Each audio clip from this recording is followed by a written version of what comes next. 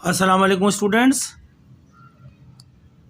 English master की जानिब से आपका टीचर अकील अहमद आपके सामने हाजिर है। आज भी हम unit number 1 BA BCom BSc की कंपलसरी इंग्लिश का पहला टॉपिक जो है यूनिट नंबर 1, जिसका नाम है बीच रोड ट्रैफिक नाइटमेयर रेजिडेंट से स्टॉप। इसके हम 2 लेक्चर पहले रिकॉर्ड करा चुके हैं अपने, जिसके अंदर हमने पैराग्राफ नंबर 1 लेक्चर नंबर 1 में paragraph number 1 and paragraph number 2 cover कर लिया था पूरा। फिर लेक्चर 2 के अंदर हमने पैराग्राफ नंबर 3 कवर किया था। ठीक है स्टूडेंट्स, आज हम पैराग्राफ नंबर 4 करने जा रहे हैं। पिछले लेक्चरों की तरह इसमें भी हम पहले पढ़ के सुनाएंगे, फिर उसका तर्जुमा करेंगे, फिर इसमें इस्तेमाल होने वाले डिफ़िकल्ट वर्ड्स जो मैंने अंडरलाइन किए हुए उनका मतलब बताऊंगा मैं आपको जो है। फिर इस पूरे पैराग्राफ की मैं इंग्लिश में एक्सप्लेनेशन दूंगा अपने अल्फाज के अंदर, और फिर उसकी उर्दू में भी एक्सप्लेनेशन दूंगा अपने अल्फाज में। और इसके बाद इस टॉपिक से जो मैसेज हमें मिलेगा, जो ऑथर हमें देना चाह रहा है, वो मैसेज भी हम आपके सामने रखेंगे, क्या मैसेज मिलता है इस पैराग्राफ से। तो हम लेक्चर को लंबा नहीं करना चाह रहे हैं, हम अपने लेक्चर की तरफ चलते हैं वक्त बचाने के लिए। तो मैं पहले रीडिंग करूंगा पैराग्राफ को, फिर उसकी उर्दू बताऊंगा। पढ़ता हूँ, नज़र आ रहा होगा आपको, करीब कर दिया मैंने। और A spokesman for the authorities stated, apostrophe, these changes have been made in order to improve traffic flow, full stop. Computer-aided studies show that traffic coming from the city center along Bay Street to Clifton Bridge will be speeded up considerably if it is allowed to travel down Hill Street and Park Street.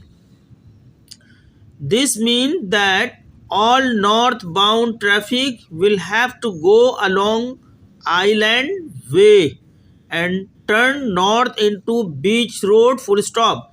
This will be inconvenient for the inhabitants there to start with, but once they get used to it, the complaints will die down.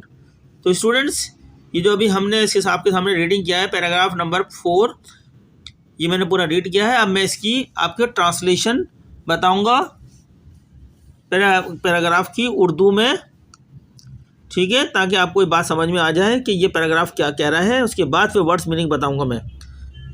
इस paragraph में बताया कि हक्काम के एक तर्जुमान, जिसको spokesman का लफ्ज़ इस्तेमाल किया गया है, तर्जुमान ने बताया ये तब्दीलियां ट्रैफिक की रवानी को यानी फ़्लो को बेहतर बनाने के लिए की गई हैं। कंप्यूटर की मदद से होने वाले मुतालियात यानी स्टडीज़ जो होती है से पता चलता है कि सिटी सेंटर से बे स्ट्रीट के साथ क्लिफ्टन पुल तक आने वाली ट्रैफिक को काफ़ी हद तक तेज़ किया जाएगा अगर इसे सफ़र करने की इजाज़त दी जाएगी। नीचे हिल स्ट्रीट और पार्क स्ट्रीट, इसका मतलब यह है कि शुमाल की तरफ जाने वाली तमाम ट्रैफिक को आइलैंड वे के साथ जाना होगा और शुमाल को बीच रोड की तरफ मुड़ना होगा, ये डाइवर्ट होना होगा। ये वहाँ के बाशिंदों के लिए शुरू करने में दुश्वारी का बाइस होगा, लेकिन एक बार जब वो इसके आदी हो जाएंगे तो शिकायत ख़त्म हो जाएगी, यानी जिसके बारे में कंप्लेंट विल डाई डाउन, जिस शिकायत ख़त्म हो जाएगी। तो ये मैंने स्टूडेंट्स इसके सामने आपको उर्दू कर दी है। अब मैं इसमें इस्तेमाल होने वाले डिफ़िकल्ट वर्ड जो आपके मैंने निशानत लगाए हैं आपके सामने मैं बताता हूँ। स्पोक्समैन, जिसका मतलब होता है, इंग्लिश में मतलब बताऊँगा, a person who speaks on behalf of an organization or group. A person who speaks on behalf of an organization or group. एक शख्स जो किसी ऑर्गेनाइजेशन या किसी ग्रुप की बिहाफ पर यानी उनकी तरफ से बात करे। दूसरा वर्ड है अथॉरिटीज़, जिसको हक्काम कहा गया था लफ्ज़ हमने उर्दू पढ़ते हुए। द पीपल और ऑर्गेनाइजेशन इन चार्ज और रेस्पॉन्सिबल फॉर समथिंग। अथॉरिटी होता है जो किसी चीज़ का इंचार्ज होता है या कोई उसके पास जिम्मेदारी होती है, रेस्पॉन्सिबिलिटी होती है कुछ करने की, उसको अथॉरिटीज बोलते हैं। ठीक है। फिर अगला मैंने वर्ड लिया है कंप्यूटर एडेड स्टडीज़। बाकी तो सब नॉर्मल से वर्ड है ये जो आ गया ना आम इंग्लिश में।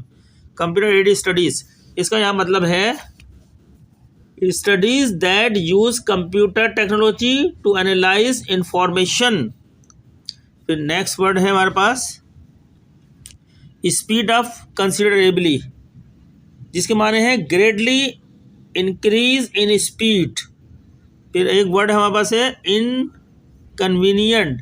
इनकन्वीनियंट का मतलब होता है कॉजिंग ट्रबल और difficulty. Inconvenient mean causing trouble और डिफ़िकल्टी, ठीक है ना, परेशानी जो होती है, इनकन्वीनियंट। इनहेबिटेंट बाशिंदों को बोलते हैं peoples who live in a place, किसी एक जगह पे जो लोग रहते हैं उनको इनहेबिटेंट कहते हैं। कंप्लेंट विल डाई डाउन, ये सब मैंने निशान लगाए जो बता रहा हूँ। Complaint will die down, the complaints will be become less frequent और disappear. The complaint become less frequent और डिसअपियर, यानी ख़त्म। जब लोग एक मरतबा आदी हो जाएंगे उस ट्रैफिक के, तो शिकायत खुद ब खुद ऐसा ऐसा कम होना शुरू हो जाएगी या और ख़त्म हो जाएगी। इम्प्रूव माने टू मेक बेटर और मोर इफेक्टिव। फिर वर्ड ट्रैफिक फ्लो, मतलब the movement of vehicle on roads, उसको बोलते हैं ट्रैफिक फ्लो। जब मूवमेंट होती है ट्रैफिक की रोड के ऊपर, उसको ट्रैफिक फ्लो बोलते हैं। City centre, the central area of a city where many businessmen and cultural attractions are located होती है। बे स्ट्रीट, बे स्ट्रीट बोलते हैं आई स्ट्रीट इन द सिटी। फिर नेक्स्ट वर्ड था बाबा क्लिफ्टन ब्रिज, जो आपको यहाँ कहीं आया था क्लिफ्टन ब्रिज का, ये रहा क्लिफ्टन ब्रिज। ये मैंने अंडरलाइन कर दिए, आपको मिल जाएंगे सारे वर्ड, देख लिएगा। A bridge in the city. फिर एक north bound traffic, traffic going in the direction of north, वो ट्रैफिक जो डायरेक्शन नॉर्थ की सिमत में चल रही है, जा रही है, उसको बोलते हैं नॉर्थ बाउंड ट्रैफिक। आइलैंड वे, अ रोड और रूट ऑन एन आइलैंड, ऐसा रोड या रूट जिस पे एक आइलैंड मौजूद है। तो स्टूडेंट्स, ये मैंने इसके जो जो पॉसिबल मुश्किल वर्ड लग रहे थे आपके सामने मैंने आपको बताएं। बाकी तो नॉर्मल से वर्ड हैं जो हर एक को ज़्यादातर लोगों को आते हैं। ये पैराग्राफ नंबर 4 यहाँ से शुरू हुआ था और यहाँ पे डाई डाउन के ऊपर ख़त्म हुआ है। अब मैं इसको उस पूरे पैराग्राफ को जो मैंने पढ़ा था, जिसके वर्ड के मतलब भी बताया, इसको अपने अल्फाज में एक्सप्लेन करता हूँ। पहले मैं इंग्लिश में करूँगा, फिर उर्दू में। तो मैं करता हूँ इस paragraph. The passage is about a statement made by a spokesman for the authorities regarding the changes in the traffic flow on Hill Street, Park Street and Beach Road. The spokesman stated that these changes were made in order to improve traffic flow and speed up traffic coming from the city center along Bay Street to Clifton Bridge. According to the spokesman, the changes will mean that all northbound traffic will have to travel along Island Way and turn north into Beach Road. The spokesman acknowledged that this change will be inconvenient for the inhabitants at first, but they will get used to it and the complaint will eventually go away. तो student, ये हमने अपने अल्फाज में इस paragraph की explanation कर दी है। इम्तिहान में जो सीन पैसेज आता है उसमें जो मैंने अभी करी है यही लिखना होता है। इसी तरीके से अपने अल्फाज में इस पैराग्राफ को लिखना होता है, जो भी पैराग्राफ दिया जाता है। तो मेरी ये लेक्चर जो है आपको हर पैराग्राफ के ऊपर एक्सप्लेनेशन से सीन, जो आपका एक सवाल आता है सीन पैसेज के ऊपर लिखना होता है 20 नंबर का, वो भी पूरा हो जाएगी आपकी रिक्वायरमेंट भी। तो मैंने जो अभी पैराग्राफ अपने अल्फाज के अंदर ऑन अल्फाज में एक्सप्लेन किया है, इसको मैं अपने ऑन अल्फाज के अंदर उर्दू में भी एक्सप्लेन कर देता हूँ ताकि आपको आसानी समझ में आ जाए। ये पैराग्राफ हक्काम माने अथॉरिटीज़ के तर्जुमान, स्पोक्समैन जिसको बोलते हैं, की तरफ से हिल स्ट्रीट, पार्क स्ट्रीट और बीच रोड पर ट्रैफिक के भाव में तब्दीलियों के हवाले से दिए गए बयान के बारे में है। तर्जुमान ने कहा कि ये तब्दीलियाँ ट्रैफिक की रवानी को बेहतर बनाने और सिटी सेंटर से बे स्ट्रीट से क्लिफ्टन पुल तक आने वाली ट्रैफिक को तेज़ करने के लिए की गई हैं। तर्जुमान के मुताबिक तब्दीलियों का मतलब ये होगा कि शुमाल की तरफ जाने वाली तमाम ट्रैफिक को आइलैंड वे के साथ ट्रैवल करना होगा और शुमाल की तरफ बीच रोड का रुख करना होगा। तर्जुमान ने तस्लीम किया कि ये तब्दीली पहले तो वहाँ के बाशिंदों के लिए तकलीफ दह होगी, लेकिन वो इसके आदी हो जाएंगे और बिल आखिर शिकायत दूर हो जाएंगी। ये मैंने उर्दू में जो अभी इंग्लिश में ट्रांसलेट किया था ये उर्दू में कर दी ताकि आपको ये पैराग्राफ अच्छी तरह समझ में आ जाए।